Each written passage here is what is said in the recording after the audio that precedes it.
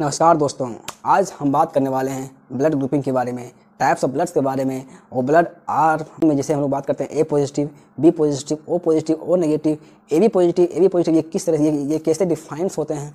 Generally bloods की हम लोग बात करें तो जनरली के ब्लड हम लोग बात करें तो जनरली ब्लड 4 तरह के होते हैं जो एक बेसिक्स के तौर पर पढ़ा जाता है, ए बी एंड ओ। अब लोगों के मन में एक क्वेश्चन आता है कि अगर ए बी और ओ है तो इसके आगे A positive, A negative, B positive, B negative, ये सारे टर्म्स कैसे होते हैं, इससे ये सारे टर्म आए कहाँ से हैं। चलिए पहले हम लोग बात करते हैं ए बी और ओ के बारे में कि ये आखिर इनका नाम क्या है, उनके पीछे की साइंस क्या है।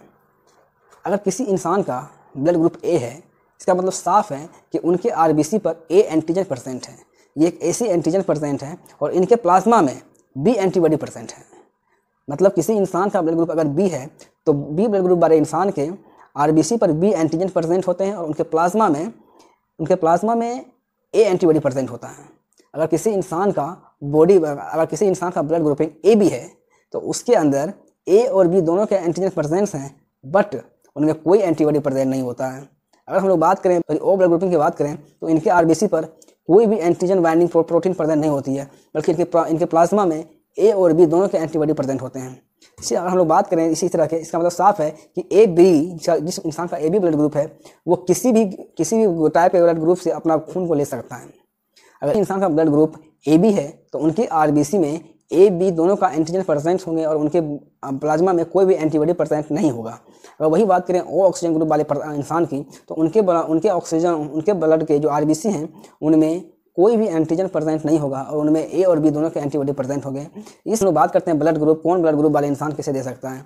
अगर हम लोग बात करें किसी इंसान का ब्लड ग्रुप अगर ए है तो उसे केवल ए दे सकता है, और उसे जिसकी ब्लड ग्रुपिंग ए है उसे केवल ए दे सकता है और उसे ओ दे सकता है, क्योंकि ओ के पास कोई भी एंटीजन प्रेजेंट नहीं है। तो ओ ऑक्सीजन जिसकी ब्लड ग्रुपिंग ओ है वो ए के दे सकता है, और जिसकी ए है वो भी ए को दे सकता है। वहीं बी वाले की बात करें तो बी को केवल बी दे सकता है और ओ दे सकता है। ओके, अगर वही बात हम लोग ए और बी की बात करें तो ए जिसकी ब्लड ग्रुपिंग ए बी है वो ए से भी ले सकता है, बी से भी ले सकता है, और ए बी से ले सकता है, और ओ से भी ले सकता है। ठीक है, और ओ की बात करें तो ओ जिसकी ब्लड ग्रुपिंग है वो केवल ओ ऑक्सीजन वाले ग्रुप से लेगा। इसका मतलब साफ है कि ए बी जो है वो यूनिवर्सल रिसिपिएंट है। मतलब ए बी ब्लड ग्रुपिंग वाले जितने भी इंसान हैं वो किसी भी इंसान से अपने अंदर ब्लड को ले सकता है, और जिस इंसान का ब्लड ग्रुपिंग ओ है वो केवल ओ से लेगा। इसका मतलब साफ है कि ओ यूनिवर्सल डोनर है और ए बी यूनिवर्सल रिसिपिएंट है। जो ए बी ब्लड ग्रुपिंग वाले इंसान सभी से ले सकता है और ओ ब्लड ग्रुपिंग वाले इंसान वो सभी को दे सकता है। अगर हम लोग बात करें कि इसके अंदर कॉन्सेप्ट क्या है कि A positive, A negative, B positive, B negative की बात कहाँ से आती है, चलिए हम लोग बात करते हैं। एक्चुअली ये कॉन्सेप्ट है एक मंकी के आधार पर, एक ऐसी मंकी जिस मंकी का नाम है रिसस मंकी। रिसस मंकी का जब ब्लड ग्रुपिंग चेक किया गया तो उसका जो ब्लड ग्रुपिंग कुछ इंसान से मिलता जुलता दिख रहा था, और उन्होंने देखा कि इसके अंदर एक RH फैक्टर प्रेजेंट है। रिसस मंकी के अंदर एक RH फैक्टर प्रेजेंट था, वैसे RH फैक्टर ह्यूमन है, उनके आरबीसी में भी ये परसेंट था, तो उसी को देख के उसका नाम वहाँ रखा गया था। अगर किसी इंसान के ब्लड में RH फैक्टर प्रेजेंट होता है तो उसे बोलते हैं RH पॉजिटिव। मान लो कि कोई ए ग्रुपिंग वाला इंसान है और उसके अंदर RH फैक्टर परसेंट था तो उसे बोला जाएगा ए पॉजिटिव, क्योंकि उसका ब्लड ग्रुपिंग ए तो परसेंट है ही, साथ में उसके पास RH फैक्टर भी है, इसलिए उसे कहा गया ए पॉजिटिव। अगर उसके पास अगर RH फैक्टर एब्सेंट होगा तो उसे बोला जाएगा ए नेगेटिव। उसी तरह से बी पॉजिटिव के पास RH फैक्टर प्रेजेंट होगा और बी नेगेटिव वाले के पास RH फैक्टर प्रेजेंट नहीं होगा। उसी तरह से ए बी पॉजिटिव होगा और ए बी नेगेटिव होगा। उसी तरह से ओ नेगेटिव होगा और ओ पॉजिटिव होगा।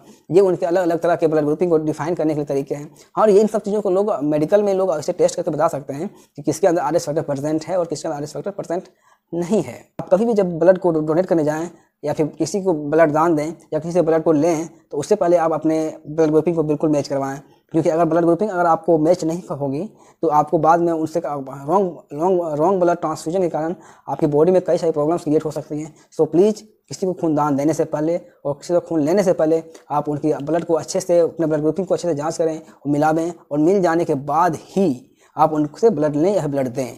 क्योंकि अगर ऐसा नहीं होता है, अगर रॉन्ग ब्लड ट्रांसफ्यूजन होगा तो उस कारण से आपकी बॉडी में कई सारी प्रॉब्लम्स होंगी और आपकी डेथ तक हो सकती है। So please be careful always. Thank you for the watching the video and please share and subscribe the channel.